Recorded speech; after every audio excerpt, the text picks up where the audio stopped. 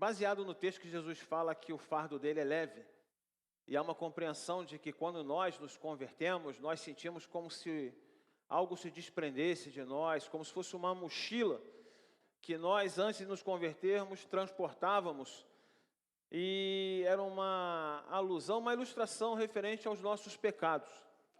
Interessante que eu, pessoalmente, eu senti isso na minha conversão. Eu posso dizer, eu sou testemunha viva disso. Eu espero que vocês acreditem, porque nós somos crentes e não podemos mentir. E lembro-me que na minha conversão, quando eu levantei minha mão, eu senti como se algo se desprendesse. E tempos depois assistindo, depois de ler o livro, assistindo o filme O Peregrino, não sei quantos aqui assistiram o filme, ou tiveram o prazer de ler o livro, que ainda é tem mais conteúdo. O peregrino, ele caminha transportando uma mochila gigantesca, que são os pecados. E na conversão aquela mochila se desprende, quer dizer, é baseado realmente na palavra de Deus, que Jesus fala, troque o seu fardo pelo meu, o teu é pesado, o meu é leve. É um fardo, mas eu te garanto, ele é mais leve. E pensando nisso, nós vamos a um texto na palavra do Senhor, que está lá em Gênesis. Abram sua Bíblia, abram suas Bíblias, acompanhem aqui, Gênesis capítulo 28. Quero, nesses próximos minutos, não vamos prender os irmãos aqui há muito tempo, mas eu creio que os irmãos não vão almoçar hoje. Gênesis 28, a nossa meditação é do 10 ao 17. E nós lemos assim: partiu Jacó de Berseba e seguiu para Harã. Tendo chegado a certo lugar, ali passou a noite, pois já era sol posto. Tomou uma das pedras do lugar, fê-la seu travesseiro e se deitou ali mesmo para dormir. E sonhou. Eis posta na terra uma escada cujo topo atingia o céu, e os anjos de Deus subiam e desciam por ela. Perto dele estava o Senhor e lhe disse: eu sou o Senhor, Deus de Abraão, teu pai, e Deus de Isaque. A terra em que agora estás deitado, eu te darei, a ti e a tua descendência. A tua descendência será como o pó da terra, estender-te-ás para o ocidente e para o oriente, para o norte e para o sul. Em ti e na tua descendência serão abençoadas todas as famílias da terra. Eis que eu estou contigo e te guardarei por onde quer que fores, e te farei voltar a esta terra, porque te não desampararei até cumprir eu aquilo que te hei referido. Despertado Jacó do seu sono, disse: na verdade, o Senhor está nesse lugar e eu não sabia. E temendo, disse: quão temível é este lugar! É a casa de Deus, a porta dos céus. Eu vou um pouquinho além. Tendo se levantado Jacó, cedo de madrugada, tomou a pedra que havia posto por travesseiro e a erigiu em coluna, sobre cujo topo entornou azeite. E ao lugar, cidade que outrora se chamava Luz, deu o nome de Betel. Fez também Jacó um voto, dizendo: se Deus for comigo e me guardar nesta jornada que empreendo, e me der pão para comer e roupa que me vista, de maneira que eu volte em paz para a casa de meu pai, então o Senhor será meu Deus. E a pedra que erigi por coluna será a casa de Deus. E de tudo quanto me concederes, certamente eu te darei o dízimo. Amém, queridos?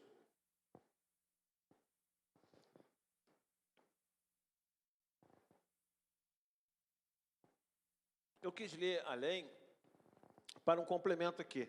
O versículo 13 e esses últimos versículos, eles reforçam aquilo que nós compreendemos e sempre estamos falando à igreja. Salvação, ela é individual. Nós reconhecemos ao Senhor, nos convertemos. De igual modo, os nossos precisam ter essa experiência. Nossos filhos precisam ter a mesma experiência com o Senhor, de conversão, em circunstâncias diferentes das nossas, normalmente. Mas eles precisam. Perceberam que no 13 Deus se revela a Jacó como Deus dos seus antepassados? E ele termina esse capítulo dizendo: se o Senhor for comigo, se o Senhor me abençoar, se o Senhor não me desamparar, o Senhor será meu Deus. Experiência de conversão. Conhecia Deus através do seu pai Isaque e através do seu avô Abraão. Mas agora ele tem uma experiência pessoal com o Senhor. E essa experiência pessoal com o Senhor. Vai levá-lo a uma genuína conversão e a uma conversão plena, onde ele vai colocar propósitos de fidelidade diante de Deus. E quando eu falei sobre a questão da mochila, da bagagem, pensando nesse texto, como Jacó chega nesse momento?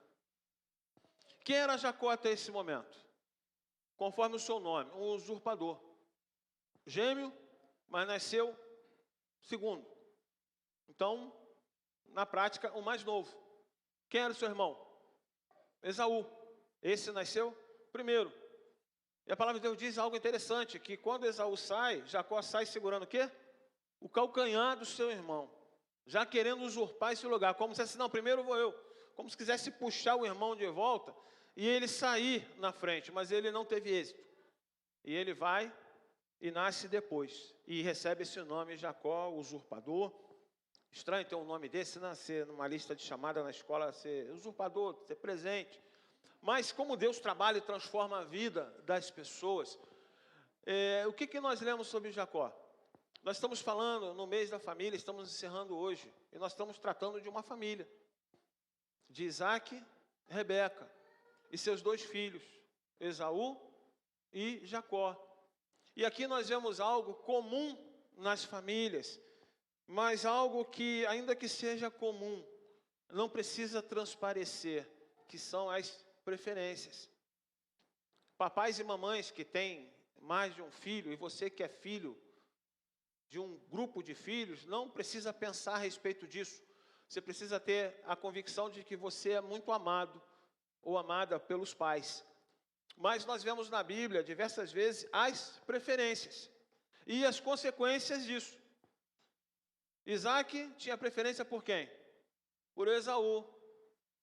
Transpirava masculinidade, era caçador, era alguém que cheirava o campo, tinha odor de animais, porque caçava, transportava os animais sobre o seu ombro.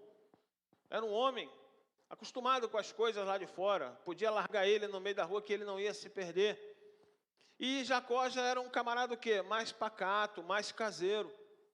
Uma vez fizeram uma história e colocaram Jacó até como um cozinheiro, coisa que era a função à época das mulheres. Mas um exímio cozinheiro, numa série que passou recentemente, não lembro aonde, e que ele cozinhava, ensinava até as mulheres pratos. Por quê? Porque ele era mais interno, mais caseiro. E com isso ele atraía a atenção de quem? De Rebeca, sua mãe. Rebeca amava os 2, Jacó amava os 2. Mas a preferência era visível. E Jacó, o usurpador, o que ele vai fazer? Ele vai usurpar a primogenitura do seu irmão, pelo um prato de lentilha, o seu irmão vai vender a primogenitura a ele. Que ele diz, que me adianta a primogenitura se eu vou morrer de fome? E ele vai e vende a primogenitura, e depois, como se não bastasse, Jacó, conhecemos a história, vai lhe roubar a bênção, que era para o mais velho. Essa bênção vai cair sobre quem? Jacó. Mas é interessante, o jeitinho humano para as coisas. Vocês veem muito isso na Bíblia. Raquel, ainda grávida, qual foi a profecia?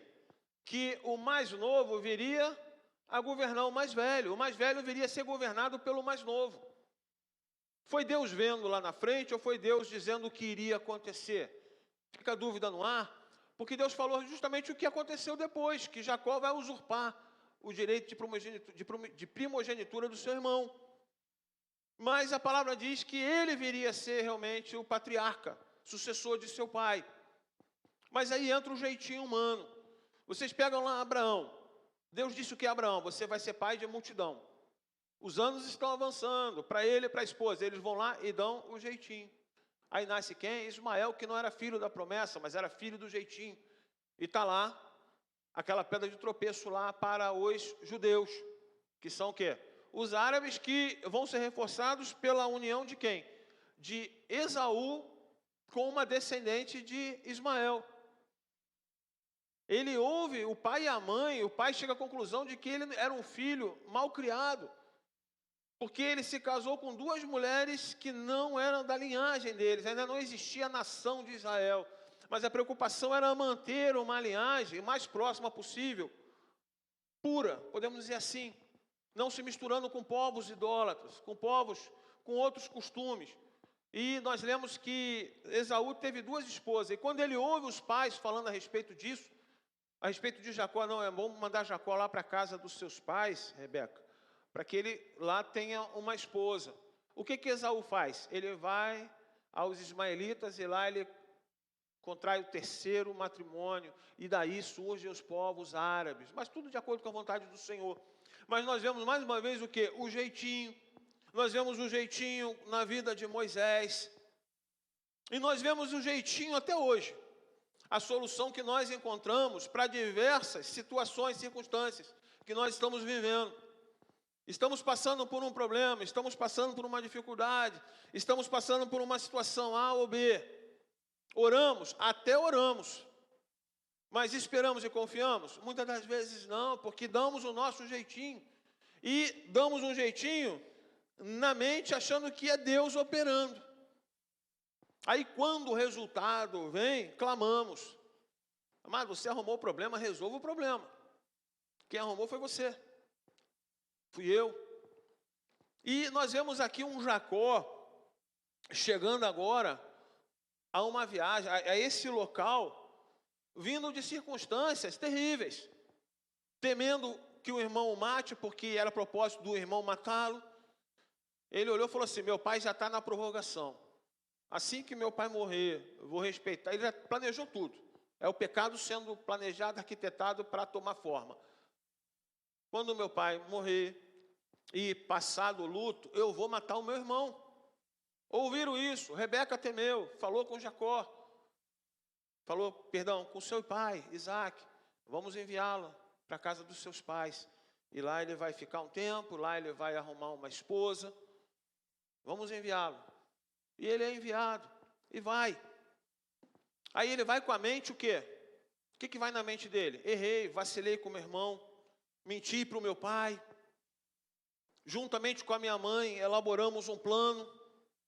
E agora o meu irmão quer me matar, porque primeiro eu tirei dele a primogenitura, depois eu tirei o seu direito à bênção. E agora, como é que eu estou vivendo? Imagina como está a mente desse indivíduo, como está a mente desse homem nessa sua caminhada. Mas interessante, amados, é o que eu falei para vocês, o que nós estamos levando na nossa bagagem? Percebam que antes da nossa decisão com o Senhor, a nossa bagagem era pesada pelos nossos pecados. Agora o nosso fardo ele é leve. E o que estamos transportando? Se Jesus hoje viesse como um policial e fizesse uma revista em nós, o que você está transportando? O que ele iria encontrar em nós? Eu digo na nossa mente, no nosso coração. Ele iria encontrar coisas boas ou coisas reprováveis. E como está a nossa intimidade com o Senhor em meio às circunstâncias? Por exemplo, nessa manhã, já viram aquela ilustração do pessimista e do otimista? Aí você dá para ele um copo que está pela metade. Aí o pessimista, esse copo está meio vazio. O otimista está meio cheio. É como olhar para a igreja hoje de manhã. Ela está meio vazia ou está meio cheia? De acordo com a pergunta e o que contém nessa pergunta, nós vamos ter 2 respostas. Mas como nós estamos vendo? Nós estamos aqui. E como ele chega nesse local? Então, Jacó, ele já chega sabendo lidar, mesmo com a sua mente conturbada com essas circunstâncias. Mas há um propósito, há um objetivo: chegar em Padarã, em Harã, e ali se unir aos familiares de sua mãe. E ali, com certeza, conseguir a sua esposa, no caso foram 2. Mas ele está nesse caminho, ele está no deserto, ele precisa dormir. E como eu falei, como é a nossa visão diante das circunstâncias? Jacó viu pedra. Um pessimista, um desanimado, um enfraquecido, ele olha e pensa o quê? Só tem pedras. Jacó, ele olha e vê uma pedra e diz o quê? É um travesseiro. Há uma compreensão de que talvez ele não tenha nem utilizado aquela pedra como um travesseiro, mas era uma pedra que permitia ele encostar a sua cabeça e protegê-la de animais noturnos. E ali ter uma proteção a mais.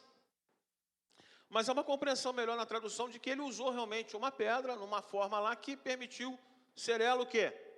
Um travesseiro. Quem em ambiente de trabalho aí, nos momentos que tinha oportunidade de dormir, não utilizava diversos recursos, utensílios como travesseiros? Até uma garrafa PET vira um travesseiro, dependendo da situação. Mas é enxergar soluções em meio aos problemas. Aquele que só vê problema ia ver só pedra. Ele conseguiu enxergar o quê? Um travesseiro. E, amados, outra lição que nós temos é que Jacó, em meio a toda a dificuldade que ele estava experimentando, que ia acompanhá-lo até o seu destino, o medo de ser apunhalado pelas costas pelo seu irmão, o medo de ser pego por alguém nessa caminhada. Havia muita violência já naquele tempo. Um animal o pegá-lo. Ele consegue manter a confiança. Ele consegue dormir, e mais do que dormir, ele consegue sonhar.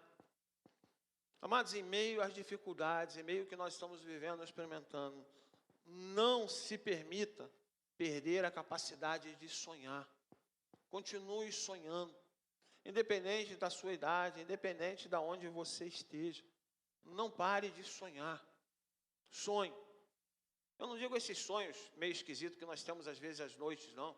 Sonhamos com cada coisa que no dia seguinte nós esquecemos. Há sonhos estranhos. Eu digo o sonho que você tem para a sua vida, para os seus. Não deixe de sonhar, continue sonhando, continue esperando, continue confiando que no dia determinado pelo Senhor, ele vai se tornar uma realidade. E qual é o sonho que Deus permite Jacó experimentar aqui? Vai ser um momento extraordinário, onde Deus vai falar de uma forma maravilhosa, que é através de um sonho. Ele está só, humanamente falando, mas ele não estava só, porque no seu sonho ele consegue perceber anjos caminhando ao seu lado, indo e vindo. Imagine essa visão. Você em dado momento se acha sozinho, mesmo no meio da sua igreja, no meio da sua família, mas o Senhor o permite ver anjos transitando. E mais do que isso, ele consegue ver uma ligação do céu com a terra, simbolizado por aquela escada, aonde anjos desciam, aonde anjos subiam. E sabemos que anjos são dispenseiros, ministros, a serviço de Deus, a serviço do povo de Deus. E ali é uma compreensão de que eles estão trabalhando, eles não estão simplesmente subindo e descendo uma escada, mas eles estão cumprindo funções. E Jacó se vê no meio disso. E mais do que isso, ele pode ouvir o quê? A voz de Deus. E ali ter agora de fato a sua experiência pessoal com o Senhor. Porque ele precisa ser transformado, como nós fomos e temos sido. Porque vocês vão ver que o processo dele é um processo que vai ser gradativo. Esse é um primeiro momento. Depois nós vamos ver Jacó no Vale do Jaboque, onde ele vai sair manco, onde ele vai receber do Senhor o nome de Israel, um novo nome, para uma nova realidade, uma nova vida que ele vai experimentar e já está experimentando. Mas aqui é o primeiro momento com Deus. Aquele teu primeiro momento da tua conversão, que deve ser seguido por muitos e muitos momentos de experiências com Deus. Mas nós precisamos ter experiências com Deus diariamente, a cada momento, para permanecermos firmes. Os dias são extremamente maus.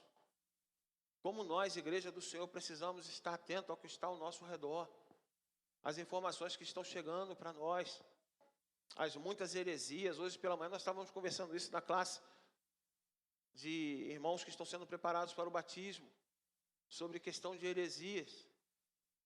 Ontem eu e minha esposa assistindo, ela estava aguardando começar um programa, eu fui zapeando e cheguei num canal de uma igreja neopentecostal, lotada, ou inveja santa, lotada. Mas de púlpito, aquele jovem pastor, eu temi por ele, lançou uma heresia de púlpito, e o povo dizendo amém. Eu falei, é isso que o povo quer, estão correndo atrás dessas coisas, das facilidades. mas nós estamos seguindo ao Senhor. Então Jacó, ele tem aquela experiência com o Senhor. Agora olha que coisa extraordinária, aquela pedra que para o pessimista, para o enfraquecido, seria uma pedra no caminho, para ele se transformou num travesseiro, agora ele vai transformá-la num altar. Ela serviu para dormir, agora uma outra posição. Aqui eu tive um encontro pessoal com o Senhor. Aqui eu vou fazer um altar ao Senhor. E nós lemos que ele coloca aquela pedra numa outra posição e derrama sobre ela azeite. Que azeite era esse? O azeite da sua provisão, para fazer pão, temperar, na sua longa jornada até o seu destino. Ele levou provisões, e entre essas provisões estava o azeite. O azeite que é ingrediente para o pão, e para cobrir esse pão, e até para servir como um amenizador de dores em caso de um acidente. Aí você perceba, quando você tem de fato um encontro pessoal com Deus, quando de fato você se achega a Deus, aquilo que você transporta, que para você é mais precioso, ele se torna aquilo que você tem para oferecer ao Senhor. Ele poderia simplesmente levantar aquela pedra e dizer: Senhor, aqui nesse lugar, eu vou marcar o lugar onde eu tive esse encontro contigo. Mas mais do que isso, o que eu tenho agora de mais precioso? E o azeite era usado para unção, assim como simboliza a presença do Espírito Santo em nossas vidas.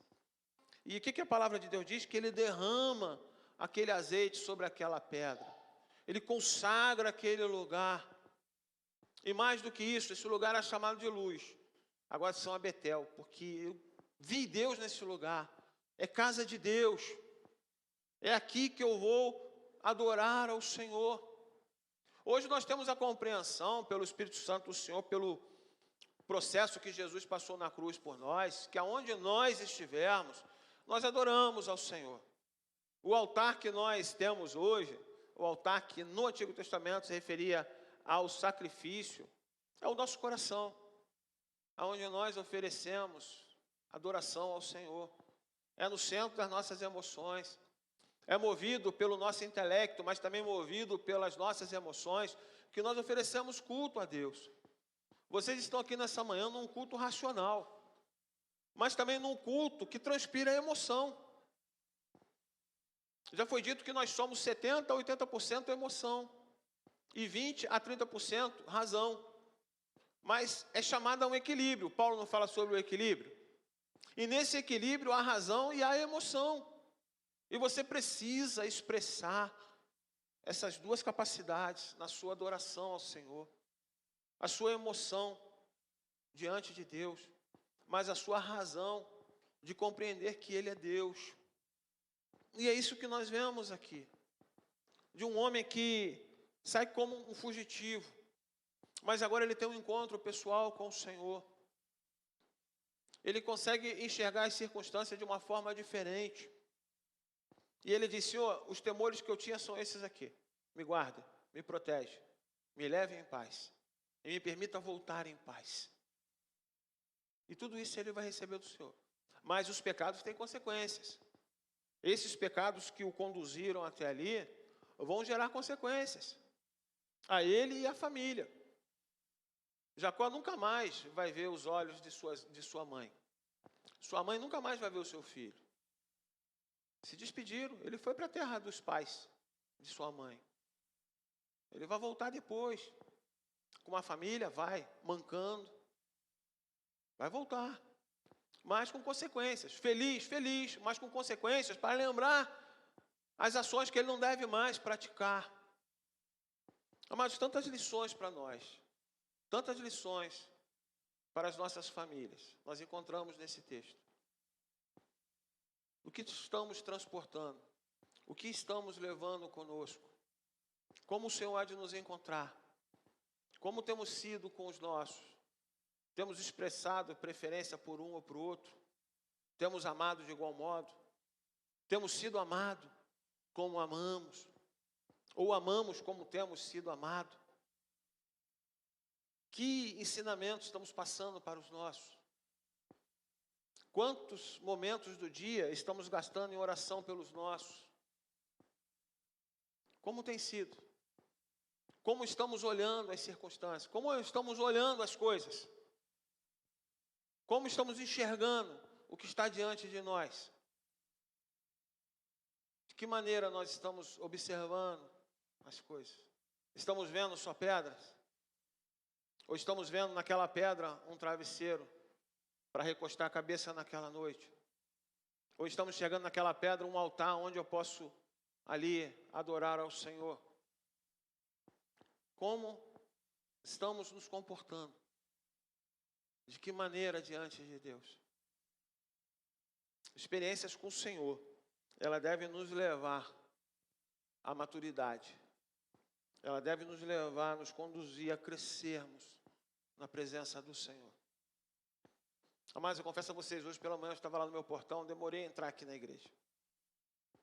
E na minha mente, Senhor, como seria bom ver dezenas e dezenas de crentes com as suas Bíblias, ainda que fosse no celular, não há nenhum problema, se dirigindo à tua casa, com alegria para a escola bíblica, com alegria para o culto.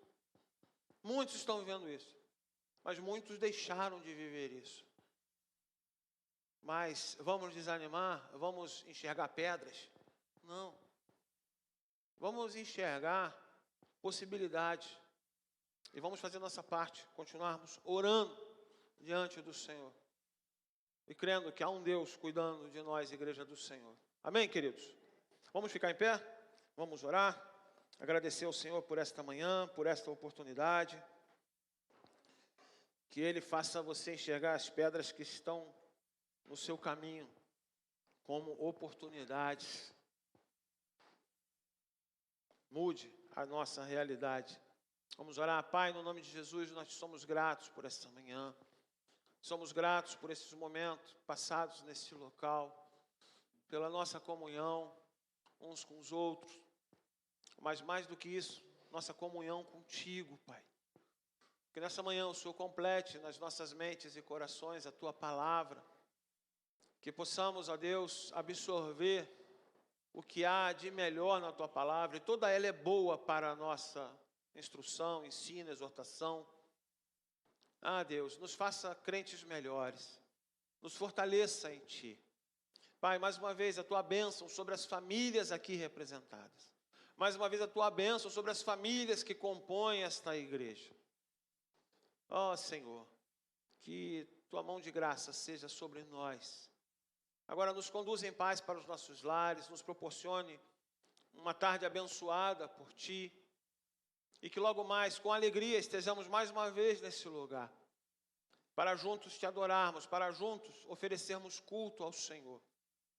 Deus, o meu pedido é que assim como em paz o Senhor trouxe o Teu povo a este lugar, em paz eles possam retornar para os seus lares. Obrigado por tudo, Pai. Em nome de Jesus, amém. Ide em paz, queridos.